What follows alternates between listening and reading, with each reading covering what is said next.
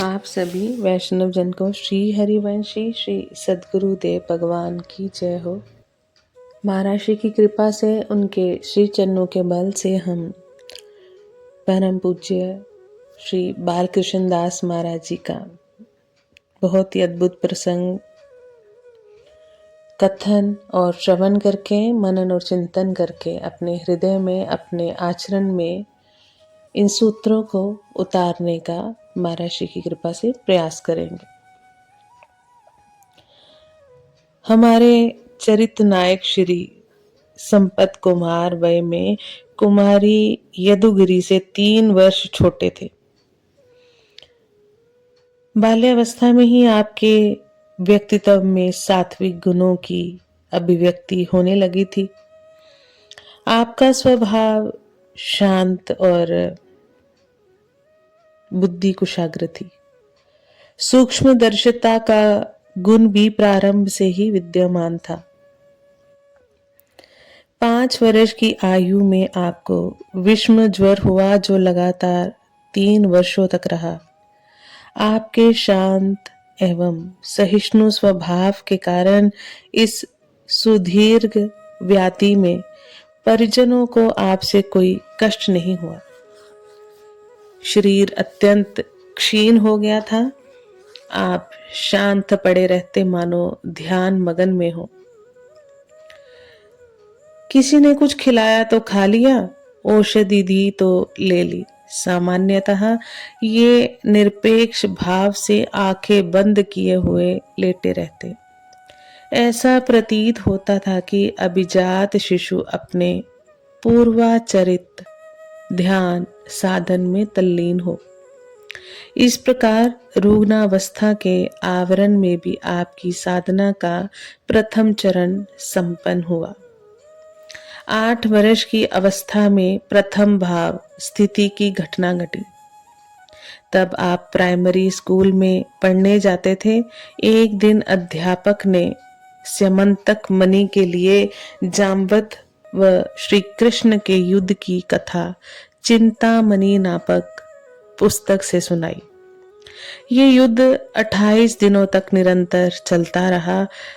पश्चात श्री कृष्ण ने जाम्बवत को राम रूप में दर्शन दिए। तब श्री कृष्ण के साथ युद्ध करने का उसे बहुत पश्चाताप हुआ। उस दर्शन से भाव विभोर व शरणागत होकर वह स्तुति करने लगे। श्री महाराज जी बालकों के मध्य कुर्सी पर बैठे हुए मनोयोग पूर्वक कथा सुन रहे थे। उन्हें मूर्छावस्था प्राप्त हो गई और कुर्सी से नीचे गिर गए। शरीर में रोमांच, कंप आदि सात्विक भावों का उदय हो गया। अध्यापक व छात्र ये स्थिति देखकर विस्मित हो गए। इसी स्थिति में इन्हें अपने माता पिता के पास घर पहुंचाया गया। जागृत होने पर श्री महाराज जी ने इस आख्यान के प्रत्यक्ष दर्शन की बात घर के लोगों को सुनाई। उन्हें भी सुनकर बहुत आश्चर्य हुआ। आध्यात्मिक साहित्य के पढ़ने में श्री महाराज जी की विशेष रुचि हो गई थी और 10 वर्ष की छोटी आयु में ही आपने अनेक संतों के चरित्रों को पढ़ लिया था।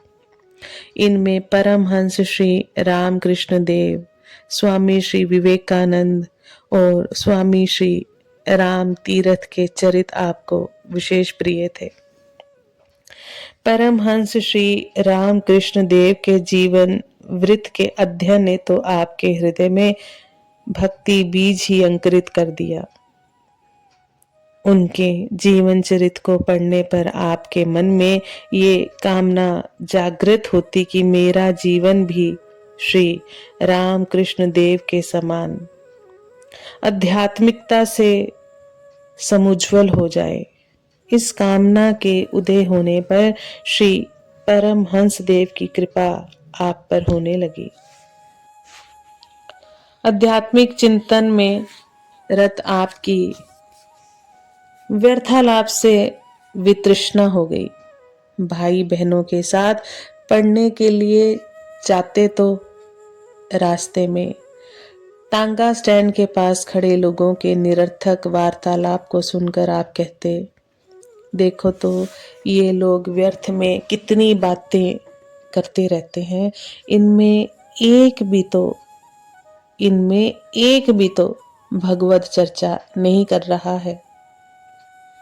10-11 साल की वय में एक बार आप अपने पिताजी, बड़ी बहन तथा परिवार के अन्य सदस्यों के साथ परमहंस श्री रामकृष्ण देव के मंदिर में गए। मंदिर में जगमोहन की दीवार पर लगे श्री परमहंस जी के विशाल चित्र पर आपकी दृष्टि पड़ी। देखते ही आपकी दृष्टि उस पर केंद्रित हो गई। एक क्षण के पश्चात आपके नेत्र निमीलित हो गए, उनसे अश्रुधारा प्रवाहित होने लगी। भावावेश में जिस प्रकार परमहंस देव के शरीर में सात्विक भावों की जागृति होती थी, वैसे ही थोड़ी देर तक आपके शरीर में लक्षित हुई। कंपन, जड़िमा का संचार, नेत्रों का निर्निमेष होना। साथ में आए हुए परिवार के सदस्य आश्चर्य से देखने लगे। उनके मन में ये विचार आया कि यह कोई साधारण बालक नहीं है। धीरे धीरे भावोद्रेक शांत हो गया, शारीरिक अवस्था शिथिल हो गई। परिवार के सदस्य संभाल कर बालक को घर ले गए। तब से घर के व्यक्ति विनोद में आपको रामकृष्ण कहा करते थे।